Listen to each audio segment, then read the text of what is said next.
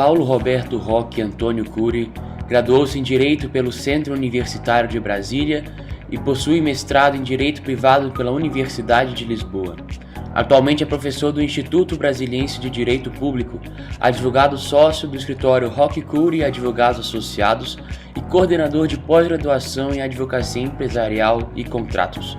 Foi comentarista da Rádio CBN na área de Direitos do Consumidor por 10 anos. Em 2018, concorreu ao Senado Federal pelo Distrito Federal e recebeu mais de 200 mil votos. Com vocês, para conversar sobre os desafios que o jovem estudante de Direito enfrenta no mercado de trabalho, Paulo Roque. E aí, tudo bem? É um prazer enorme estar aqui com vocês. Fui convidado pela Ana Flávia e também pelo Tiago para fazer essa exposição, bater um bate-papo com vocês aqui no Conedir. Acho muito importante essa iniciativa do Conedir, de ouvir profissionais, para passar suas experiências aos jovens estudantes. Tudo que nós precisamos hoje é de mais informação para tomar decisões importantes na frente. O que a Ana Flávia e o Tiago me pediram é para falar sobre os desafios do jovem estudante de Direito no mercado de trabalho. Né? O que o jovem estudante espera no mercado de trabalho, como que ele espera ser tratado, o que ele deve fazer propriamente para conseguir uma boa colocação no mercado. Primeiro eu queria falar um pouco da minha história pessoal. Eu sou advogado militante, dou aula nas faculdades de Direito aqui no Distrito Federal, comecei dando aula no CEUB, hoje dou aula no IDB, dou aula desde 1995. Gosto muito de dar aula, tenho um escritório em Brasília, hoje com 85 colaboradores, a Roque Cury Pinheiro Advogados, e trabalho muito com jovens advogados. Tanto trabalho com jovens estudantes em sala de aula, como trabalho também com os estudantes aqui no meu escritório por conta do programa de estágio. A minha história pessoal na advocacia começa como? Começa primeiro, eu começo não fazendo curso de Direito, eu começo em Juiz de Fora, estudando na Universidade Federal, fazendo o curso de jornalismo. Depois aí, eu já estava quase me formando em jornalismo, meu pai insistia comigo que eu deveria fazer Direito. E ó, um lembrete aqui, eu não tenho nenhum familiar, até então eu não tinha nenhum familiar na área do Direito. Meu pai, 4º ano primário, minha mãe, 3º ano primário, nascido numa cidade do interior, em Minas Gerais, Cajuri, hoje por volta aí de 4 mil habitantes. Então, a profissão da moda lá era agronomia, era medicina, não tinha propriamente a tradição de, na minha região, as pessoas fazerem Direito. E eu resolvi fazer 2 cursos fora da tradição da minha região, jornalismo, e no último ano resolvi fazer Direito. Como que eu chego em Brasília? Eu chego em Brasília para buscar, primeiramente, um lugar ao sol para trabalhar no jornalismo. Trabalhei aqui como produtor de televisão. Produtor de televisão quem é? Aquela pessoa que ajuda a fazer os vídeos, as edições, marca as entrevistas. Então, eu comecei aqui como produtor de TV, depois fui repórter da TV Record, do SBT, enquanto isso fazia meu curso de Direito no CEUB. Eu vim transferido de uma faculdade particular em Juiz de Fora para o CEUB. No CEUB eu consegui estudar como bolsista, né? Consegui uma bolsa, me ajudou bastante aqui no Distrito Federal. Eu estava trabalhando no SBT à época, eu me lembro, trabalhava com um dos maiores jornalistas do Brasil, Boris Casotti, o TJ Brasil, que depois do Jornal Nacional era o maior telejornal do Brasil. E eu estava muito bem, dava os grandes furos dentro da emissora. O que são os furos? Furos é aquela notícia que você dá em primeira mão, que os outros jornais não deram. Então você vai lá, consegue essa notícia, trabalhando muito. Um dia o diretor me chama na sala dele, achei que fosse para me promover, ele falou que eu estava sendo demitido naquele momento. Aí meu mundo caiu. O que eu vou fazer? Trabalhar de novo em outras emissoras. Eu confesso com você que aquilo ali foi um duro golpe para mim. Trabalhando de empregado, trabalhando muito, e na hora que eu achei que eu ia ser promovido, eu sofri, foi esse baque terrível, sendo demitido. E eu olhei para o meu curso de Direito, olha, está na hora de eu exercer a minha profissão. Tinha acabado de formar quando fui demitido. E me lembro que eu fui atrás de um professor meu de Direito, o Flávio Ramos, que tinha sido meu professor na faculdade. Falei com ele: ô professor, eu queria que o senhor me desse uma oportunidade, eu estava no SBT, acabei de ser demitido, e preciso, se eu não conseguir alguma coisa aqui, né, em Brasília, eu vou ter que voltar para Minas, porque o custo de vida aqui em Brasília sempre foi muito alto.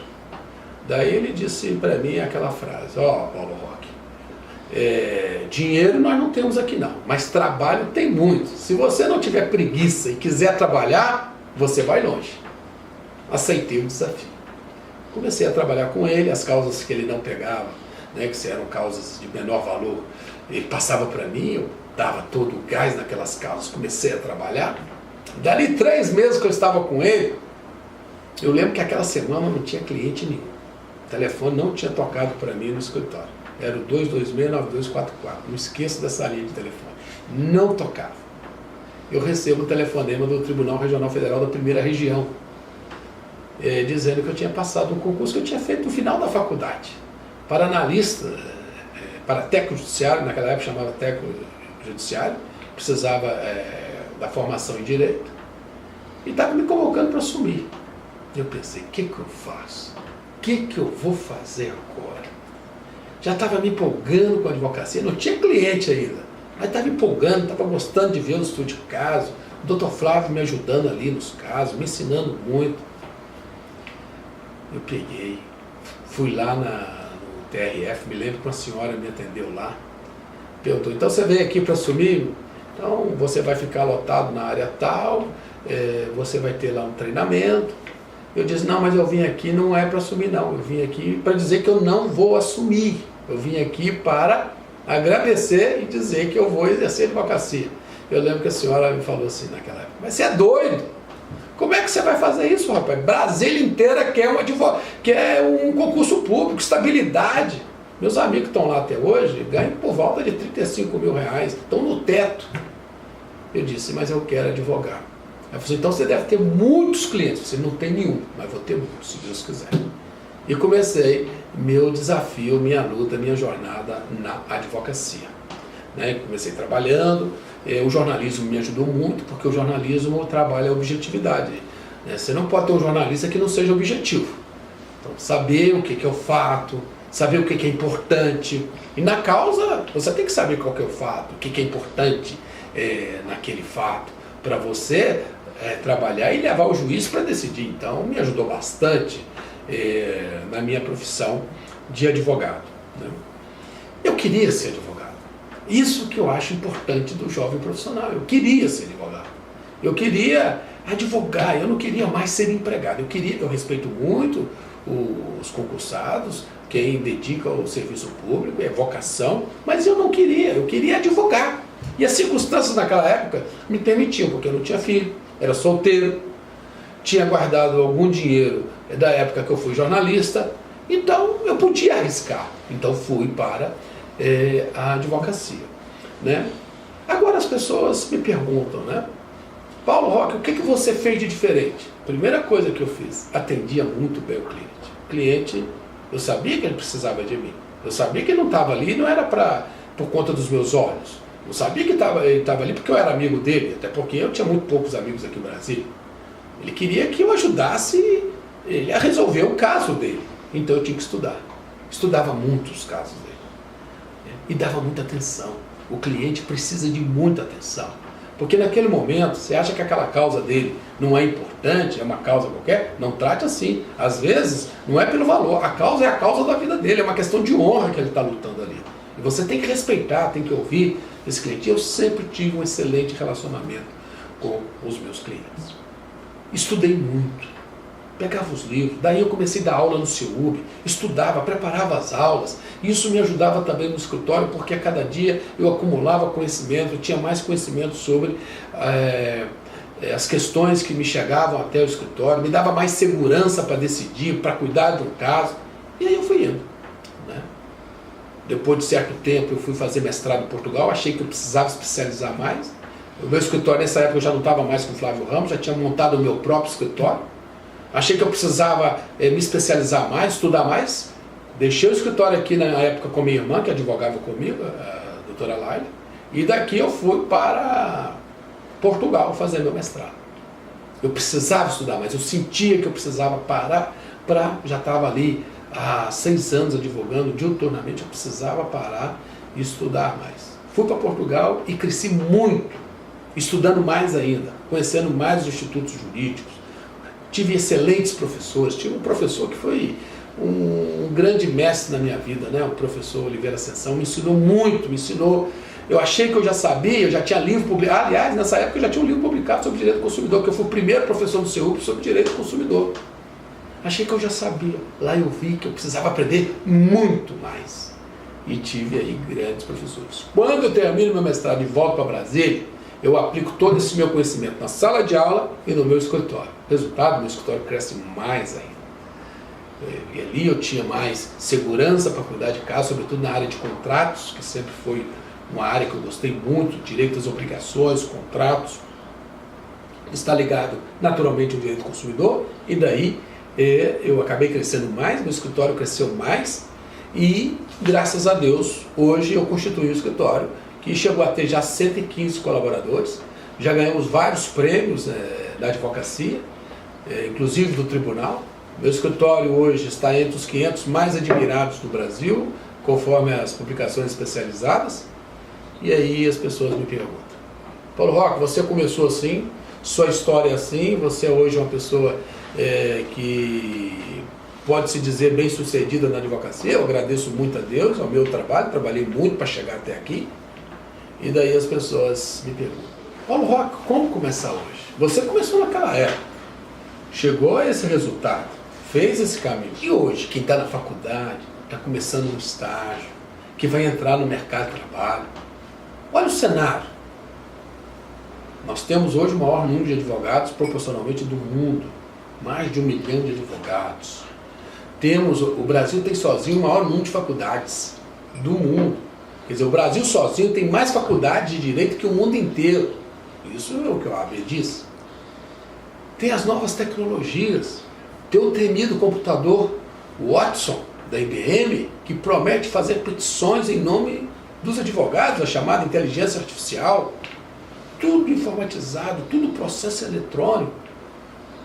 Novas tecnologias. A concorrência aumentou de forma exponencial. E aí? O que você diz para o jovem advogado, o jovem estudante que está começando hoje? Primeiro, algumas coisas mudaram, mas outras permanecem, e o profissional deve continuar persistindo e perseguindo essas questões. Eu acredito que sempre haverá lugar para o bom profissional. Essa questão tecnológica sempre houve na sociedade. Hoje é verdade com mais velocidade. Mas, quando surgiu, eu fiz jornalismo. Então eu estudei lá a época do surgimento do cinema. Falaram que o cinema ia acabar com a televisão. Porque o cinema, a televisão, melhor dizendo, ia acabar com o cinema. Que as pessoas não iam mais lotar a sala de espetáculo de cinema para assistir mais nada, porque ia ter uma televisão em casa, podia assistir em casa. E o cinema não acabou. Diminuiu, não acabou. A indústria do cinema hoje é muito forte em todo mundo. Quando surgiu a televisão, falaram também que o rádio ia acabar. O rádio também não acabou. Então, é verdade que muitas profissões desapareceram. Quando eu comecei na advocacia, eu lembro que o Dr. Flávio Ramos tinha uma exímia datilógrafa, que ganhava mais que eu como advogado no escritório, recém-formado. Porque era essencial você ter uma exímia datilógrafa que não errasse, né, que fizesse o texto limpinho, bonitinho para levar ao tribunal. Hoje o computador tem borracha, você pode clicar com o dedo só, se é tão exímio digitador como aquela exímia datilógrafa do passado. Tem um processo eletrônico. Hoje as tecnologias estão acabando com profissões como... estão criando novas concorrências, né? Quem imaginava que o táxi ia sofrer a concorrência do Uber? Que os hotéis iam sofrer a concorrência do Airbnb?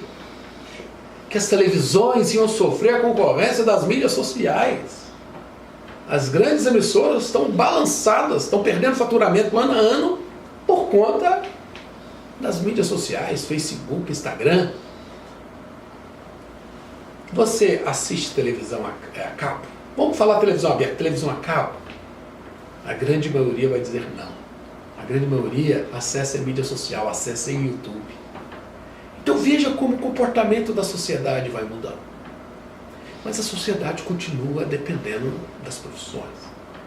E vejo que uma profissão que, ao contrário que dizem alguns céticos, não vai acabar, é a profissão do advogado. O profissional vai ter que se esforçar mais, é verdade, para ter um lugar ao sol, para ter seu espaço, porque a concorrência também aumentou, mas não vai acabar. O que eu posso dizer a você é o seguinte: vai ter sempre lugar para o bom. Para o mais ou menos, eu tenho muita dúvida, mas para o bom, em todas as profissões, o espaço vai continuar existindo. Em vez de ficar apavorado com o que vem pela frente, é sofrer por antecipação, né? Depressão é excesso de passado, não é isso? Ansiedade é excesso de futuro. Em vez de você ficar sofrendo por antecipação, fez uma pergunta para você mesmo: está fazendo o dever de casa? Qual é o dever de casa de um bom profissional, de alguém que quer ser amanhã um bom profissional? Como você está hoje na faculdade? Você está levando com a barriga? Você acha que sua faculdade é importante? Então você só está ali para passar mesmo e pegar o diploma e falar assim: ô pai, ô mãe, está aqui meu diploma. Ir para a festa de formatura e pronto, acabou. Bom, essa conduta, ela não vai te dar bom resultado. Porque essa conduta não dá bom resultado a nenhum profissional. A nenhum profissional, a ninguém que queira se estabelecer no mercado. Agora, sua postura é de ficar atento às disciplinas, de achar que elas são importantes, que se estão sendo ministradas ali, é porque a sua faculdade pensou, colocou na grade curricular, porque elas são importantes para a sua formação. Você está dando essa atenção? Você está pegando as aulas do professor, está anotando, e anotando, você chega em casa e vai consultar, não só no WhatsApp, na internet, você tem uma bibliografia básica para estudar através de livros. Você está fazendo isso? Como é que fica o seu WhatsApp durante a sala de aula? Você desliga? Ou você fica fingindo que está prestando atenção no professor, mas está doido mesmo para olhar a mensagem no seu smartphone? Então, eu sei que isso pode te assustar nesse primeiro momento, as minhas perguntas. Mas tudo isso te tira tempo, te tira energia, te tira foco. Sabe de quê? De onde você devia estar prestando atenção. Então daí, esse é um tempo perdido. Esse tempo que você tem na faculdade, você não vai ter mais depois que sair da faculdade. Você hoje faz contratos em um semestre. Você acha que depois de formado, você vai ter algum curso que te dê durante um semestre a disciplina de contratos, a disciplina de obrigações, a disciplina de consumidor, de direito constitucional, de direito processual? O seu tempo é ali, na faculdade. Então, eu fico triste que muitas vezes os alunos querem ser bons profissionais e não estão dando atenção à faculdade. É verdade que as faculdades falham. Eu tenho críticas aos modelos de ensino das faculdades.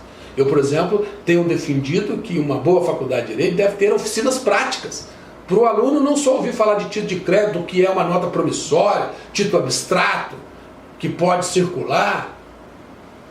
Não, uma duplicata, um cheque, ele tem que ver aquilo, pegar naquilo numa oficina prática. Ele tem que saber fazer, por exemplo, uma nota promissória. Você sabe que você pode fazer uma nota promissória você mesmo no seu computador? Você sabe que você pode aprender em sala de aula como avalizar um cheque, você pode avalizar no verso do cheque, você sabe disso? Isso podia ser dado numa oficina prática, para o aluno aprender ali fazendo. Não estou falando dos núcleos de prática jurídica. Essas disciplinas são mais disciplinas práticas de direito material, não propriamente do direito processual. Eu acho que as faculdades falham e deixam muito para os escritórios. Mas as faculdades, os currículos têm o seu valor. Então, se você está prestando atenção, você está atento, não está estudando só para a prova, você está focado, é evidente que o resultado amanhã pode vir. É evidente que você já está dando o primeiro passo para amanhã ser um bom profissional. Agora, e o estágio? O estágio é importante? Importantíssimo. Hoje você quer advogar? Você tem que decidir, você quer advogar? Para quem quer advogar, um estágio é fundamental. Para quem está em dúvida se quer advogar, quer ser juiz, quer promotor, o estágio ainda assim é muito importante. Porque os estágios vão te ajudar a definir se você quer ou não seguir determinada carreira. Por isso eu aconselho que alguém que está em dúvida, acha que não quer ser advogado, quer ser juiz, quer ser delegado, quer ser promotor, então faça um estágio. 6 meses no escritório de advocacia, depois 6 meses numa procuradoria da República, numa defensoria pública, e depois no próprio Poder Judiciário. Faça. Aí você vai ver, você já vai saber como que é aquilo no dia a dia, como que é essa profissão no dia a dia. Isso vai te ajudar muito a decidir. Mas você quer mesmo ser advogado? Então você tem que ir para o estágio no escritório de advocacia. Se você quer ser advogado, uma boa dica. O escritório onde você está fazendo estágio hoje, amanhã você pode ser sócio dele. Você pode estar lá naquela posição que as outras pessoas estão hoje lhe dando os comandos. Estão lá na diretoria, estão lá fazendo as viagens para grandes discussões. Porque, na maioria dos casos, esses grandes profissionais dos escritórios, na grande maioria é isso que acontece, eles começaram como estagiários. Por que eles cresceram? Porque começaram como bons estagiários. O que é começar como bom estagiário?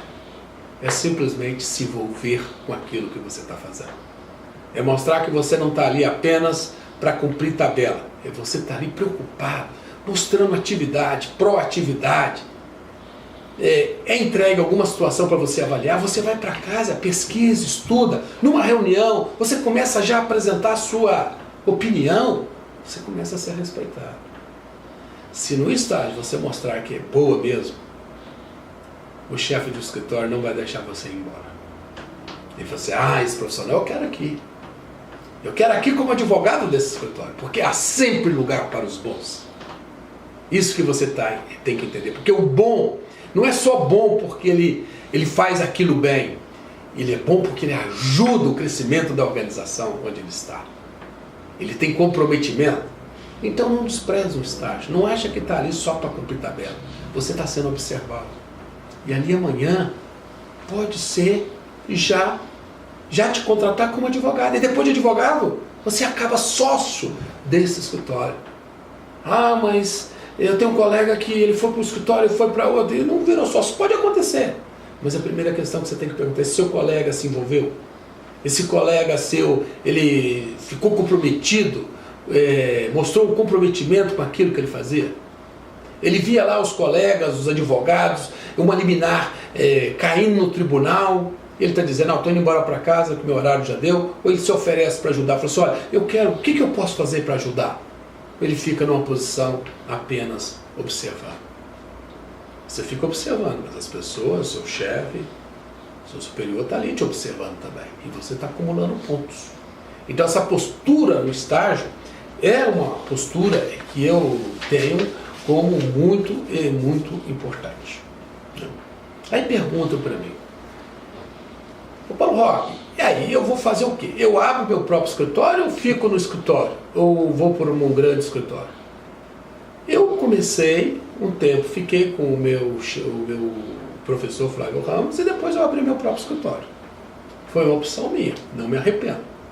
Mas tem muita gente que vai nesses escritórios que segue carreiras nesses grandes escritórios. E também tem uma história de sucesso. Mas não sei se é porque eu sou descendente árabe, né? Tem aquela coisa de querer cuidar ali da minha lujinha, né? De estar ali no dia a dia, mexendo, atendendo o cliente, administrando. Eu gosto muito de gerir, de administrar, de ver os resultados. Então, casou mais com o meu perfil.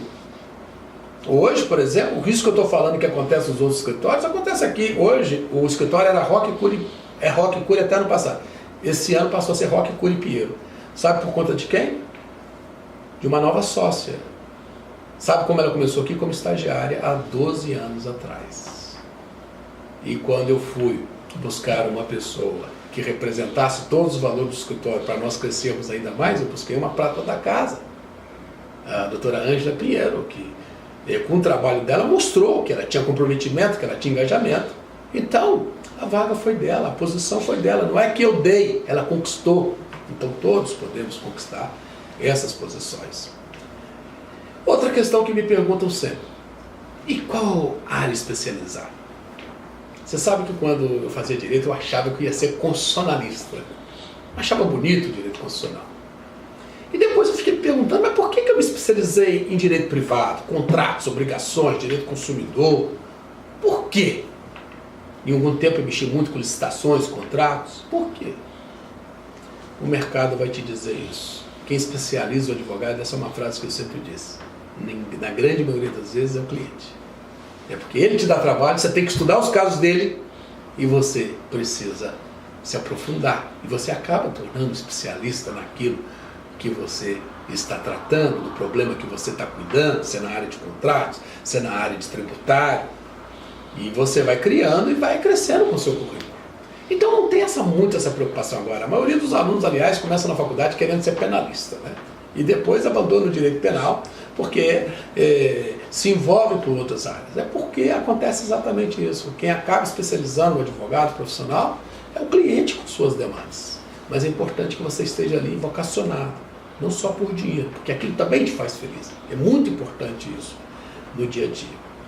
E daí as pessoas também me perguntam muito: eu já devo fazer logo uma especialização? Acabei a faculdade, já vou fazer logo uma especialização?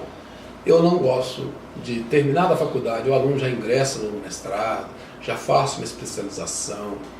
Eu vejo que há pessoas que fazem isso, algumas inclusive são bem sucedidas, mas eu particularmente acho que primeiro o estudante de direito que fez o estágio, acabou de se formar, ele tem que ganhar um pouquinho do chão de fábrica. Em outras palavras, ele tem que estar ali ralando no escritório no dia a dia, conhecendo mais casos, acumulando um currículo maior de casos, porque isso vai ajudar muito na especialização que ele vai fazer. Isso vai ajudar muito no mestrado, porque ele não vai para o mestrado tão cru, né? Ele vai com mais bagagem e isso dá mais qualidade à pesquisa dele na frente. Então, eu não acho que logo de início, formei, tem que achar uma especialização. Eu sei que essa juventude hoje quer tudo para ontem, né? Ela tem muita pressa, mas tem que ter paciência. Paciência. Faça o dever de casa que os resultados vão vir. A maior definição de paciência, aliás, eu tive quando, recém-formado, estava preocupado com o meu futuro. Estou sem clientes. O que será de mim na advocacia? E dali eu fui assistir uma palestra na OAB, o professor Aristóteles Ateniense disse uma palavra que me marcou muito. Vocês precisam ter paciência. Sabe o que é paciência? Ele diz: ciência da paz. Você precisa estar em paz para exercer a sua profissão. Não cobrar dela mais do que ela pode lhe dar. Segure a ansiedade. Segure a onda, que os resultados vão chegar. Agora eu quero terminar dizendo a vocês algo que para mim é muito importante. Uma vez chegou aqui um juiz, cansado, no meu escritório, nessa mesma biblioteca. Aliás, essa biblioteca, eu falo de estudar, essa biblioteca eu fui formando com o tempo. E aí esses dias chegou um estagiário para mim e falou assim: professor, o senhor comprou estúdio uma vez? Não, foi com o tempo. Foi durante a minha advocacia, eu fui adquirindo. E o senhor sabe desses livros todos? Sim, a maioria eu sei da história deles, inclusive o local onde os comprei. Então aqui é um local de muito, é onde eu recebo meus clientes, é onde a gente debate as grandes teses do escritório, é um local que eu tenho muito carinho. E aqui eu recebi um cliente uma vez, era um juiz, chateado, sem esperança, porque ele sofria muito com as sucessivas representações de um algoz, né, que vinha da defensoria, tinha sido colega dele de concurso, por algum motivo, alguma relação mal resolvida, esse juiz já andava cansado de tantas representações que ele tinha que responder por conta desse ex-colega, entre aspas, de concurso. E daí você, doutor, o que eu faço aqui? E aí nós avaliamos o caso dele, vimos o que ele deveria fazer para acessar aquelas situações. E nós demos a ele um conselho, depois de estudar muito o caso dele, que foi fundamental. Você precisa entrar com uma ação que doa no bolso do seu algoz, para que ele pare com essas representações abusivas. Ele tinha feito mais de 50 representações contra esse juiz. O juiz gostou, falou que ia pensar, conversar com a esposa. Depois ele veio e autorizou. Doutor, eu não estou confiando muito, não estou 100% seguro, mas vai, eu já não tenho outra saída. Já fiz de tudo e não resolveu. Ele disse para todo mundo até hoje que a paz ele encontrou no escritório de advocacia que deu solução para o caso dele. E o algoz parou de representar depois de sofrer uma condenação milionária por danos morais. Então eu digo, eu tenho muito orgulho de ser advogado. As pessoas, Paulo Roque, você não quer ser desembargador, você não quer ser ministro. Não, eu quero ser advogado. Eu gosto de ser advogado. O caso chega aqui no escritório de advocacia, muitas vezes o cliente chega aqui condenado, humilhado, e é na sala de um advogado que tenha paciência para ouvi-lo, porque até então quase ninguém quis ouvi-lo, só condenou. É aqui que ele começa a fazer o caminho da justiça. Os processos não nascem do céu. Os processos nascem no escritório de advocacia. Um advogado atento, estudioso do caso, que com ética leva a situação ao tribunal. Perde, recorre. E assim é a nossa luta. Então, o juiz não tem o poder de amanhã uma sentença que ele deu ser mantida. Ele não tem esse poder. Esse poder é do advogado que recorre e muda a sentença de um juiz. Todos nós devemos respeitar juiz, advogado, Ministério Público, cada um na sua parte. Mas essa é a beleza da nossa profissão. Eu me lembro de um caso em que todos os bens de um cliente estavam hipotecados. A família que tinha tido muito sucesso no passado estava com os bens todos hipotecados, bloqueados. E eles nos confiaram esse caso. Era o início da minha advocacia. Só sei que perdemos em primeira instância. E o pessoal fala, você vai perder essa causa, esquece, Paulo. Perdemos também em segunda instância.